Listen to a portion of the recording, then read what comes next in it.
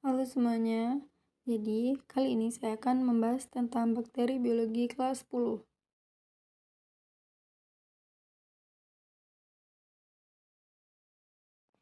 Jadi, kompetensi dasar bakteri adalah 3.5 mengidentifikasi struktur, cara hidup, reproduksi, dan peran bakteri dalam kehidupan.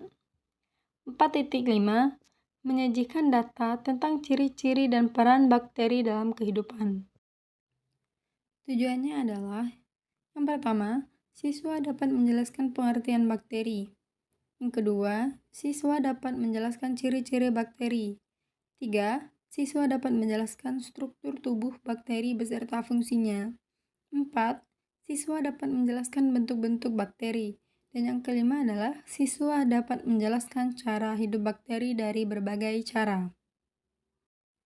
Jadi, materi yang akan dibahas adalah definisi, ciri-ciri, struktur, bentuk, cara hidup, dan reproduksi. Sebelum lanjut ke videonya, apakah kalian tahu apa itu bakteri? Jadi, bakteri adalah dari bahasa Yunani, yaitu bakterion atau bakterium, yang artinya adalah batang atau tongkat. Ciri-ciri bakteri yang pertama adalah berukuran kecil atau berdiameter 0,5 sampai 1 mikron, panjang 1 sampai 20 mikron atau biasa disebut dengan mikroorganisme. Dan yang kedua adalah memiliki dinding sel. Dan yang ketiga, hanya dapat dilihat dengan menggunakan mikroskop. Yang keempat adalah uniseluler atau bersel satu. Yang kelima, tidak memiliki membran inti atau prokariotik, dan habitatnya meliputi daerah yang luas atau kosmopolit. Yang ketujuh adalah hidup secara soliter atau berkoloni. Dan yang kedelapan, beberapa jenis bakteri mampu membuat endospora di saat kondisi lingkungan tidak menguntungkan. Selanjutnya, struktur bakteri. Struktur dasar sel bakteri adalah sitoplasma, ribosom, nukleid atau DNA, membran plasma, dinding sel, yang mana dinding sel ini terdiri dari peptikoglikan dan membran luar, dan yang terakhir adalah kapsul. Selanjutnya, struktur bakteri. Struktur bakteri ini ada dua, yaitu struktur luar dan juga dalam. Struktur luarnya terdiri dari dinding sel, kapsul, membran sel, flagella, dan juga pili. Dan struktur dalamnya adalah sitoplasma, nukleid, ribosom, dan juga plasmid. Selanjutnya, struktur bakteri. Yang pertama ada dinding sel, tersusun atas peptidoglikan atau gabungan protein dan polisakarida, yang mana berfungsi sebagai pelindung dan memberi bentuk pada bakteri. Bakteri ini dibedakan menjadi bakteri gram atau positif dan bakteri gram negatif. Selanjutnya, perbedaan bakteri gram positif dan juga bakteri gram negatif. Bakteri gram positif atau peptidoglikan terdiri dari dinding sel dan juga membran sel, yang mana dinding selnya bersifat positif. Dan bakteri gram negatif atau lipopolisakarida terdiri dari membran bagian luar, gel, dan juga membran plasma, yang mana dinding sel gramnya bersifat negatif. Bakteri gram positif memiliki dinding sel dengan lapisan peptidoglikan tebal, akan berwarna ungu jika diwarnai dengan pewarnaan gram. Contohnya Neisseria gonorrhoeae dan Treponema pallidum dan Vibrio cholera. Nah, selanjutnya bakteri gram negatif memiliki dinding sel dengan lapisan peptidoglikan tipis, akan berwarna merah apabila diwarnai dengan pewarnaan gram. Contoh Escherichia coli. Struktur bakteri yang pertama adalah membran plasma, yang mana bersifat selektif permeabel dan terdiri dari fosfolipid dan protein. Membran plasma memiliki fungsi, yaitu yang pertama adalah tempat pembentukan mesosom, yang kedua alat transport elektron dan proton. Dan yang ketiga adalah alat pengatur keluar masuknya senyawa melalui membran sel.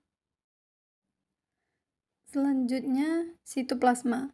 Sitoplasma ini berfungsi sebagai tempat terjadinya reaksi-reaksi kimia sel, yang mana terdiri dari karbohidrat, asam nukleat, protein, dan juga lemak. Struktur bakteri berikutnya adalah ribosom. Ribosom merupakan butiran-butiran yang tersebar di sitoplasma. Ribosom ini mengandung RNA dan berfungsi sebagai tempat sintesis protein. Struktur bakteri berikutnya adalah inti. Inti merupakan pusat pengendalian aktivitas sel yang mengandung DNA sirkuler atau nukleoid. Yang selanjutnya adalah flagella. Flagella terdiri dari atrik, monotrik, lopotrik, amifitrik, dan juga feritrik. Struktur bakteri selanjutnya adalah pili dan fimbre. Pili dan fimbre ini merupakan rambut halus yang menonjol dari dinding sel, yang mana mereka lebih pendek dari flagella, kaku, dan memiliki diameter yang lebih kecil. Pili ini tersusun dari protein, dan fungsi dari pili adalah sebagai alat pelekatan saat bakteri melakukan konjugasi. Struktur bakteri berikutnya adalah kapsul. Kapsul adalah lapisan lendir yang berbentuk padat dan tebal. Kapsul ini tersusun dari polisakarida dan air. Oke, masuk ke struktur bakteri. Fungsi struktur bakteri adalah satu untuk alat pertahanan dan perlindungan. Yang kedua untuk mencegah bakteri dari kekeringan. Yang ketiga sebagai alat pelekat pada inang. Dan yang terakhir adalah sumber makanan bagi bakteri. Selain kapsul, ada klorosom. Struktur klorosom berada di bawah membran plasma, mengandung pigmen klorofil yang berperan dalam fotosintesis. Selanjutnya ada vakuola gas. Vakuola gas hanya dimiliki oleh bakteri air yang melakukan fotosintesis. Vakuola dapat membuat bakteri mengapung di permukaan air untuk memperoleh cahaya. Struktur bakteri selanjutnya adalah endospora. Endospora mengandung sitoplasma, materi genetik, dan ribosom. Endospora dapat tumbuh menjadi sel bakteri baru jika kondisi lingkungan yang mendukung. Bentuk-bentuk bakteri dan contoh. Yang pertama ada bacillus, basil atau bahasa Indonesianya adalah batang. Contoh dari bakteri monobacillus adalah Escherichia coli dan Lactobacillus. Lalu, contoh dari Streptobacillus adalah Azobacter dan Streptobacillus moniliformis. Bentuk bakteri selanjutnya adalah kokus atau bola. Contoh dari bakteri monokokus ada Neisseria gonorrhoeae dan contoh dari Staphylococcus ada Staphylococcus aureus.